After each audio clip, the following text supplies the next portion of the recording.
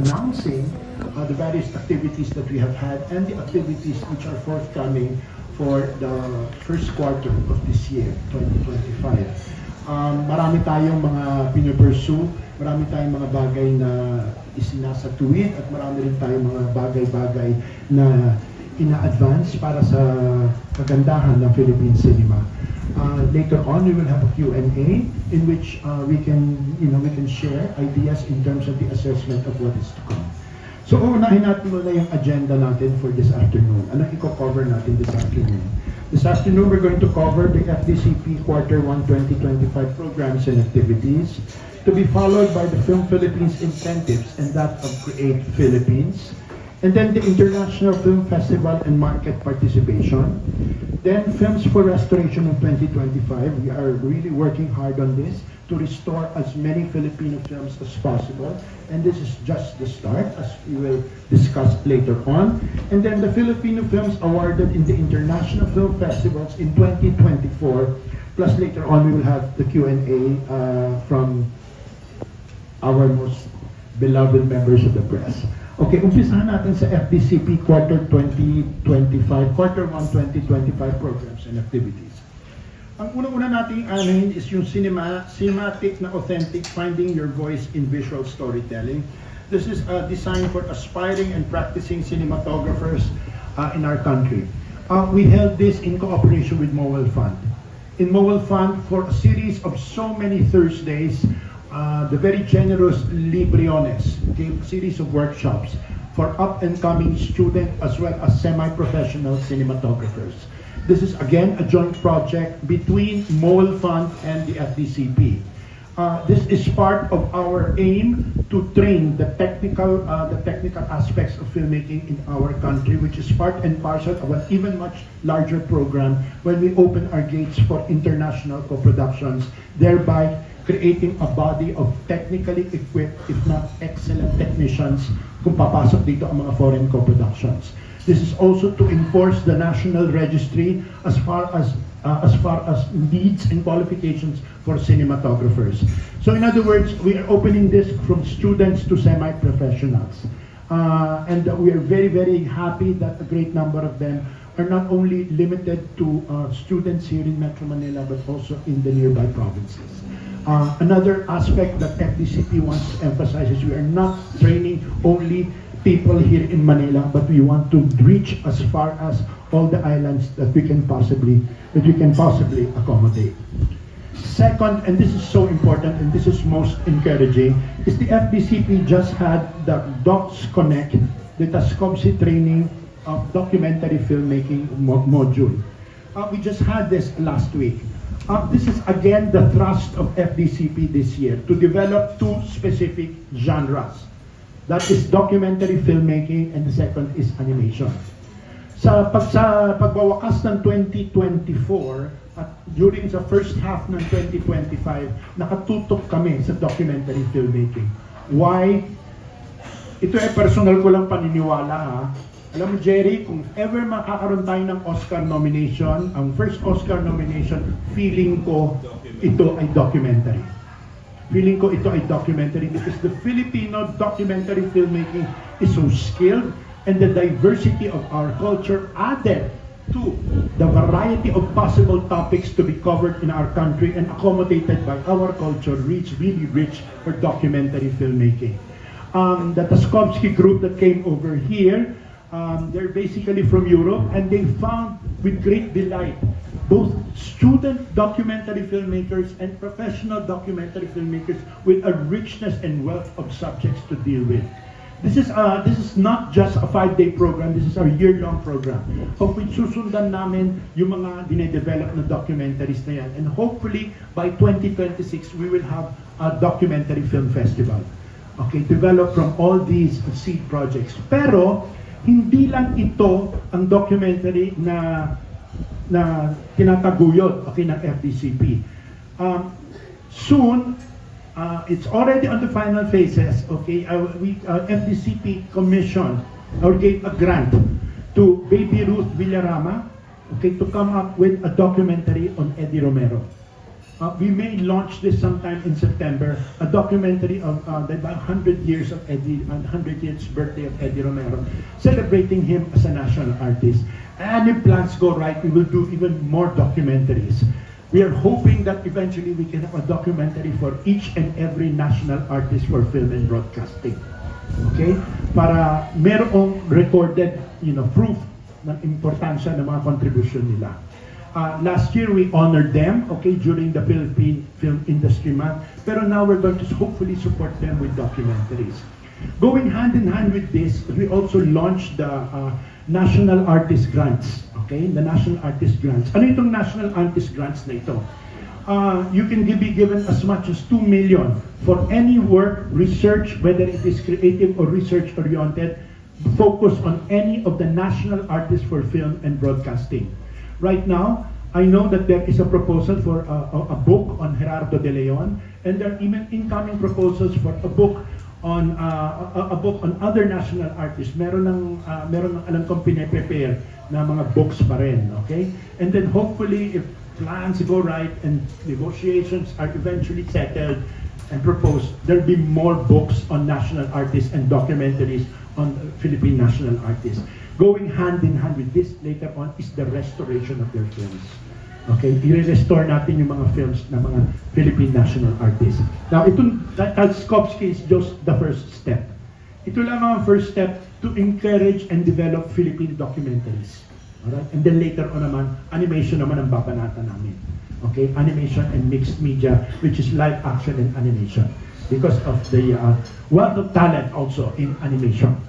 Then next, we're going to have the master class of screenwriting of visual storytelling. Ito yung FDCP with the Eugenio Lopez Jr. High School.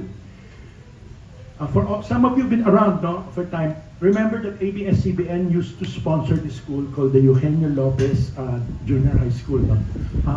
Ang mga estudyante dito are dedicated sa photography, sa media.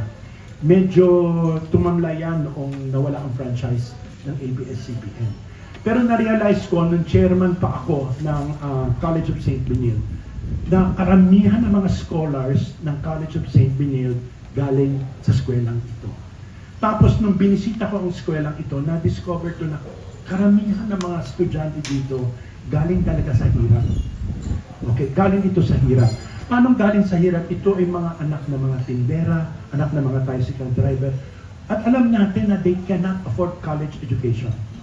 Okay, they cannot afford the cost of college education. So sabi namin, let's come up with an outreach program.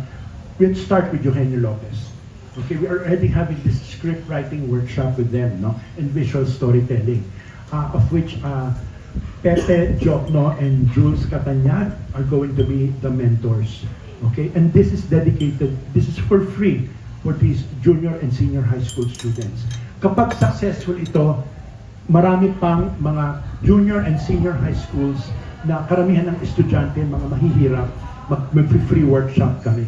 And then we'll come up with a certain module na ito mga bata na alam namin na hindi kayang ma-afford ang college, mabigyan namin ng pagkakataon na magkaroon ng training, na kahit wala silang college education, may training sila, okay, sa fields, and they can work on movie sets and they can work on movies.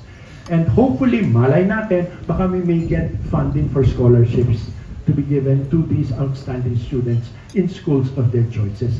Alam ko yan, for instance, kasi sa CSB, nakikita namin dagsa-dagsayan, pero since, lalo na after the pandemic, very limited na ang mga scholarship. Okay, naging limited na ang scholarship. At alam namin, nakikita ko yung hinanakit ng mga estudyante na gustong-gusto nila mag-aral pero hindi nila kaya. So sabi ko, tignan natin kung ano magagawa ng FDCP to extend this kind of knowledge, okay, without having to go through the tuition fee of formal college education. So ito yung project namin, okay? Ito yung script to screen. Ito yung ni-request namin, kinausap namin ang mga officials officers ng Eugenio Lopez. Tinanong namin, ano ba ang kailangan ng mga estudyante ninyo? At ito ang sinabi nila. So ito lang ang first step. Later on, naka-identify na si Seymour ng 2 pang eskwela na pwede naming bigyan ng ganitong uri ng serbisyo. And then next, eto na naman, darating na ang Pebrero, ito na naman ang Sine Sinta. Okay, ito yung Sine Pag-ibig. Sa pagkakataong ito, may 2 pelikula kami ipapalabas. By the way, correct me if I'm wrong, Homer and Jen, ha? Kasi wala kaming Cinematheque ngayon. Dahil alam niyo naman na ginagawa pa, hindi pa tapos yung building namin sa Intramuros. Okay? Hindi pa tapos yung building namin sa Intramuros kung saan gagawin ng Cinematheque. Nakipag-negotiate kami sa Ayala. Sa isang sinihan ng Ayala, hindi pa lang namin alam where specifically. It's either going to be in Greenbelt, no? Either Greenbelt. Okay, sa Trinoma, sa Circuit at sa Market. Yun ang magiging mga temporary Cinematheques namin. Okay? And hopefully kahit may Cinematheque na kami sa Intramuros, magpapatuloy pa rin itong partnership namin with Ayala. Mamaya may excite kayo, lalo na pag pinakita namin yung mga ipapalabas namin sa World Cinema. Okay? Na magiging available dito sa mga sinihang ito. Well, anyway, sa darating na Pebrero, may 2 pelikula na kinurate ang aming kagalang-galang na team, okay, ng exhibition, si Homer Refuerzo at si Jen Marcos. Okay, na itong 2 pelikulang ito ay ang Gitling from Cinemalaya and Past Lives.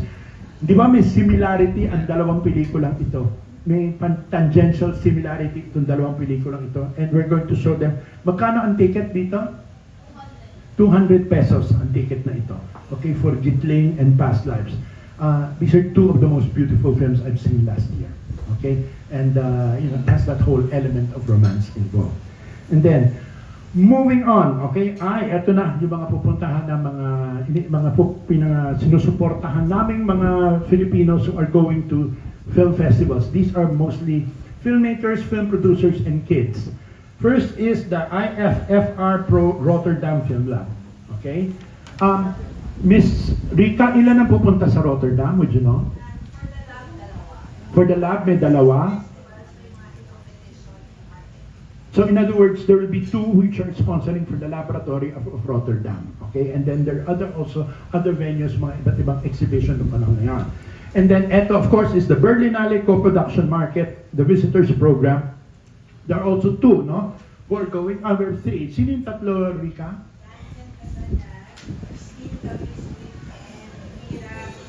Okay, so there are 3 who are going, okay, which the FDCP is sponsoring. Pupunta rin ang delegation, a skeleton delegation of FDCP sa Berlin. Okay?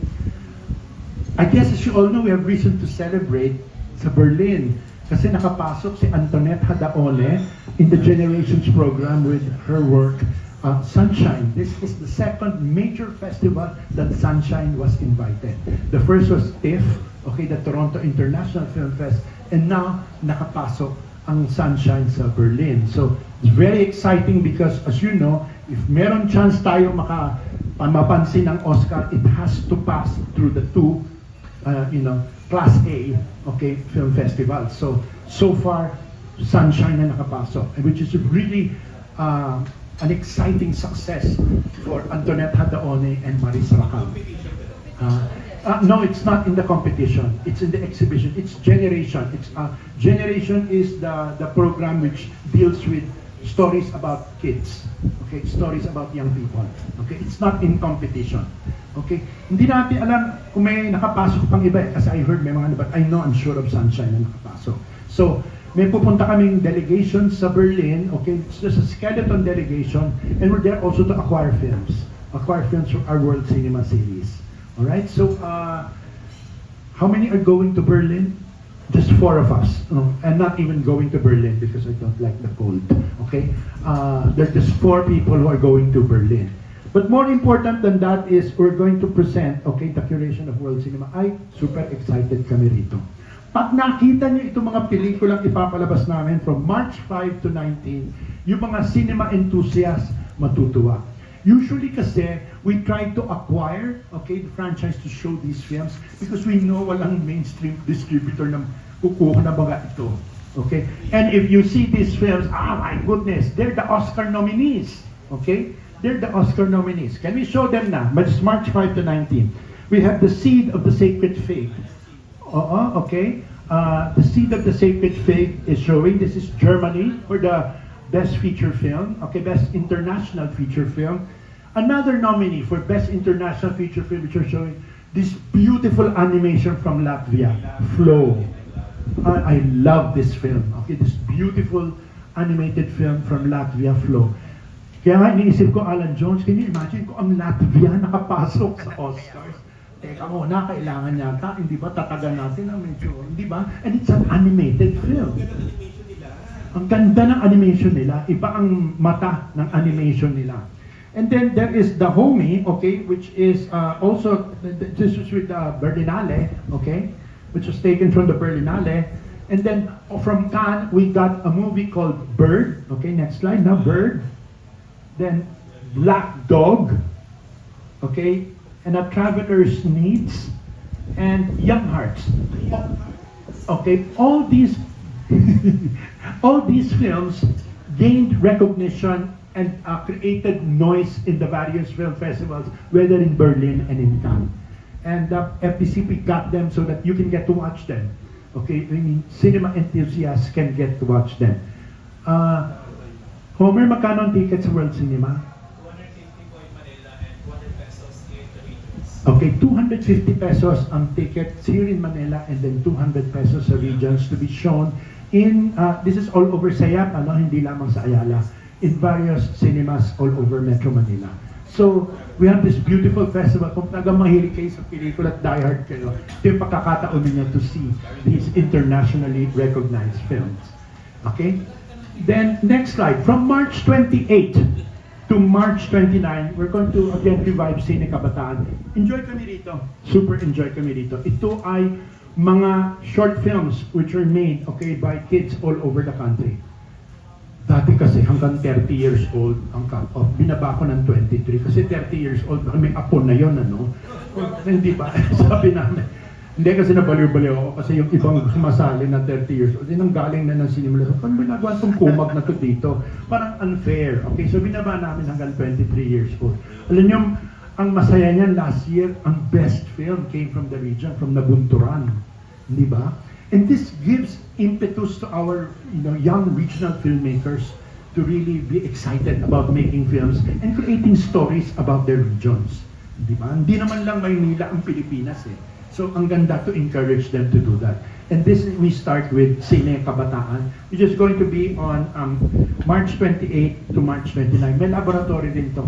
May training din na binibigay to sa mga finalists na Cine Kabataan. Then next, meron kaming Animation Festival. Okay? Ito ay ang Inanimate the Animation Festival, of which ang aming key na papalabas is yung Oscar entry natin 2 years ago, ito'y Mapupukaw. Okay? Itong animation festival na to is both by professional and student animators. Gusto namin iparamdam sa audience, putya ang kagaling ng Filipino animators. Ang masaklap niyan, Alan Jones, kapag magaling ka, napapirate ka abroad. Napapirate ka abroad. Kasi pag magaling ka, alam ko ito dahil sa, nung nagtuturo nga ako noon sa CSB, yung pinakamagagaling na animator, pag nag-OJT, siya hindi na nakakapagtapos ng college dahil kinukuha na.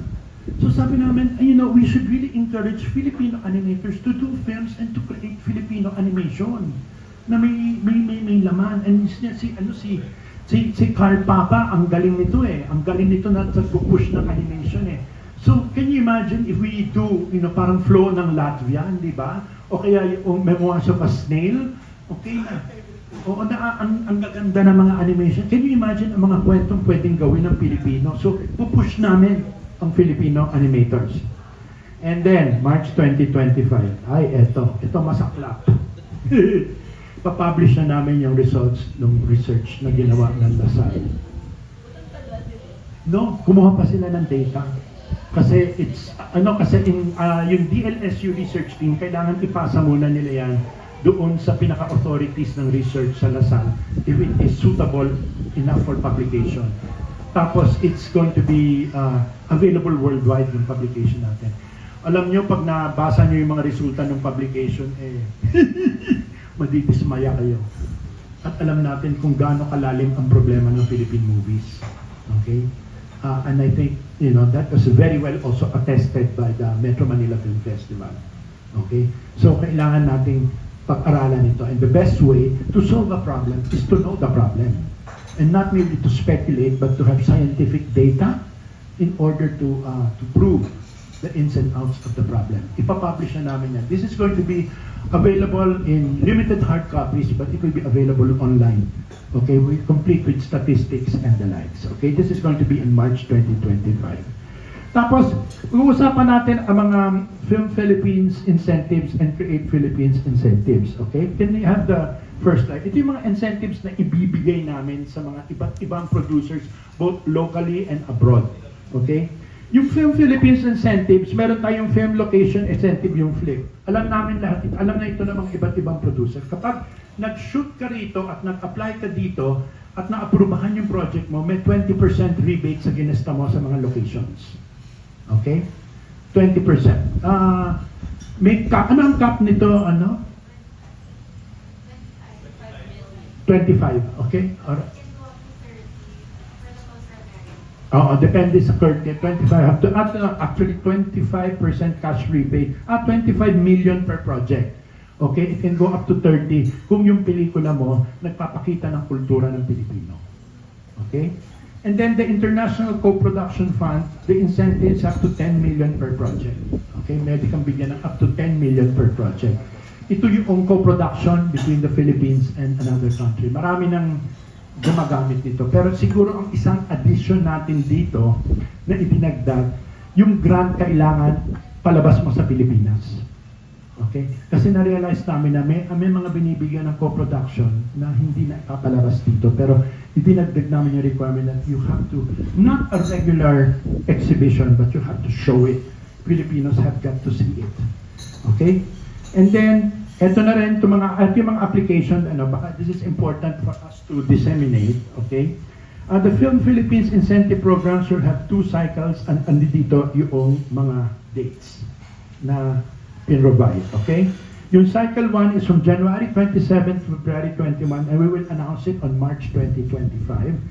And then the cycle 2 is from July 7 to July 7 to 25, okay, and it will be announced in August 2025. Ito yung mga cycle kung kailan pwedeng mag-apply ang mga producers. And then we have the Create Philippines film program. This is, may 5 funding kami dito. These are for local films. Okay? Meron kaming funding for project development kung may script ka na gusto mong i-develop. Meron kaming small budget. Meron kaming large budget. Meron post-production at short film funding. This is over and above, okay? It is over and above the grants that we give to Cinemalaya. Okay? Cinemalaya kasi we give 1 million to each of the finalists. Okay? This is separate from that. These are other forms of funding.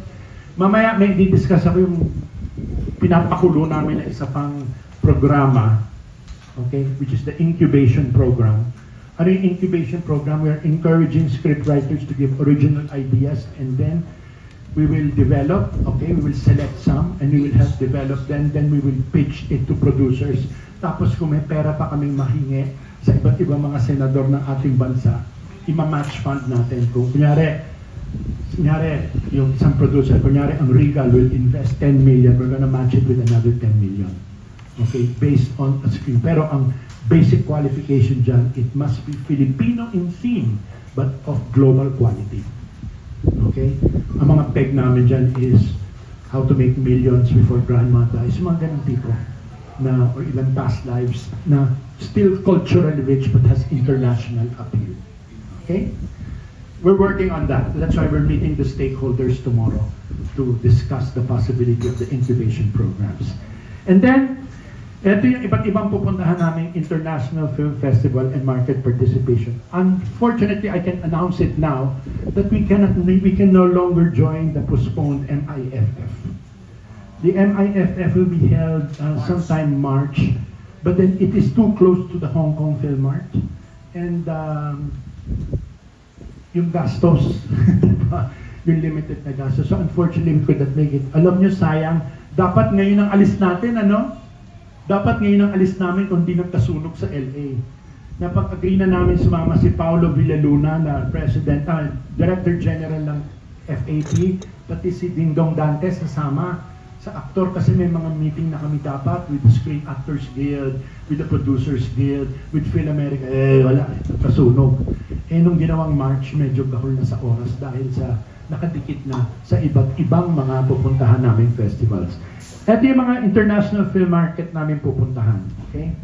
Pupunta kami sa Claremont Ferrano International Short Film Festival. Oh, by the way, isa pa rin yan i-develop namin, short filmmaking. Na ba kayo napansin, ano? In the TikTok, Facebook Reel generation, short film contents are the way to go. Pero yun, hindi lang nare-realize ang tao, mas mahirap gumawa ng short content. Because you have to create an entire effective story with limited time. So, we want to learn more about the short film and then the possibilities of we can bring our best short films. We're going out to Berlinale, as we suggested earlier, and our big event is the Hong Kong Film Mart. This is kasi one of the major Asian markets. Dito, marami-rami kaming pupunta. At so we're putting up a booth for Philippine producers who cannot afford to put up a booth.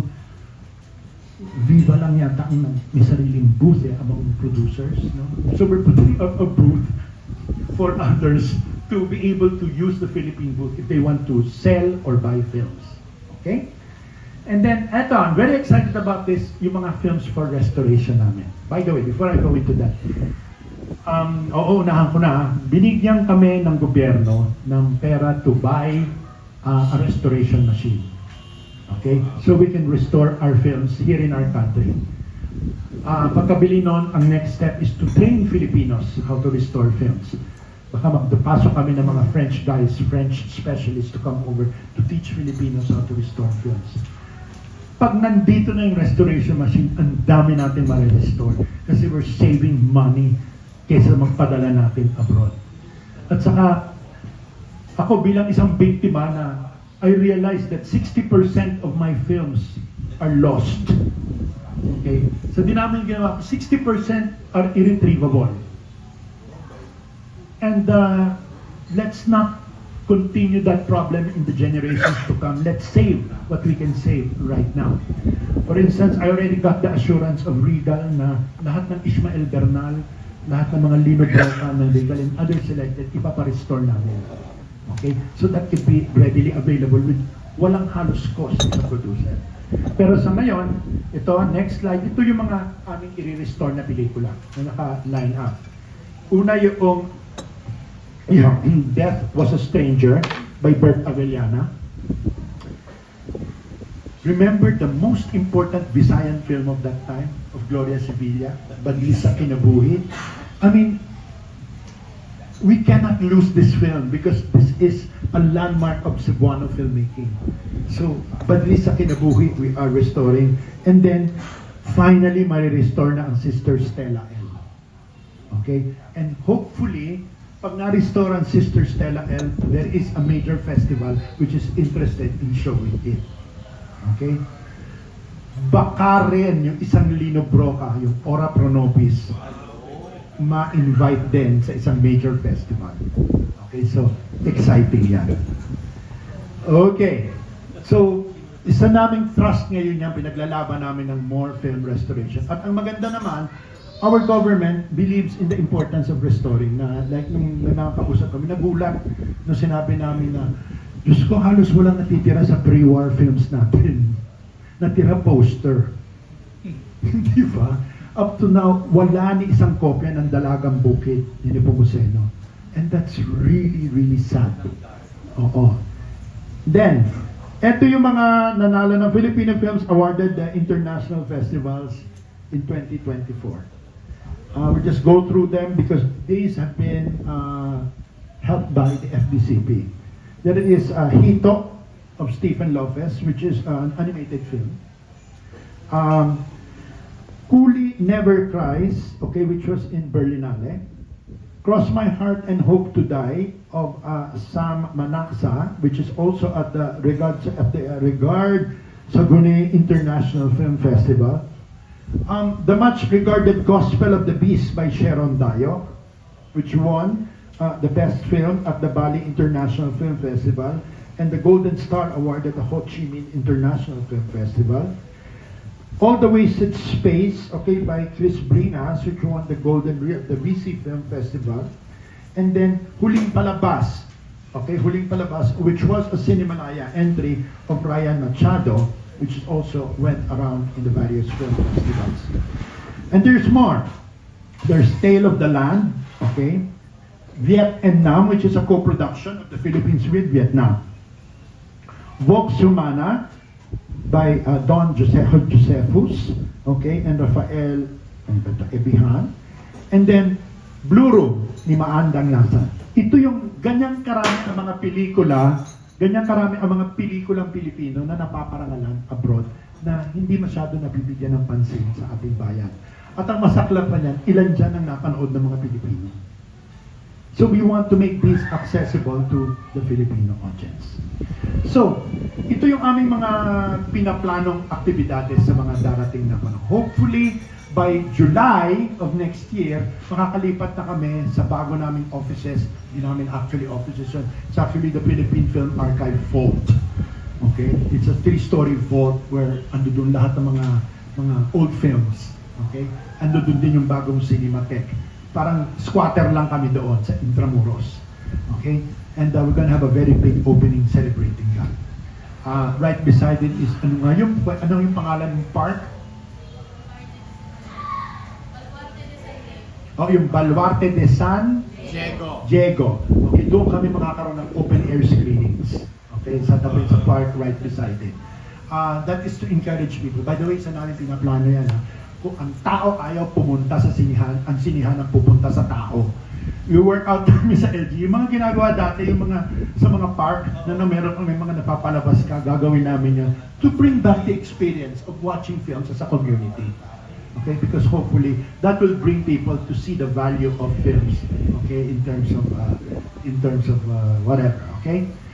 We still supported the Metro Manila Film Festival. Okay, sinuportahan namin by giving $500,000 to each of the 10 finalists for their promotions. And we will continue to support the Metro Manila Film Festival. I'm not sure kung itutuloy ang Summer Metro Manila Film Festival. Itanong natin kay Noel Ferrer. Okay, but we will still be partners with the MNBA in their various pursuits of the various Metro Manila Film Festivals and the likes. Okay, and with that, ano pa ba? May nakalimutan na ba ako? Okay. I think that more or less covers everything. We are pushing training, education, and more so the promotion of the globalization of Filipino films. Pero na-realize namin, Mel, ang challenge is for producers to come up with films which are world-worthy. We're all dying to be Oscar nominees. But the first step is we must make films which are Oscar-worthy.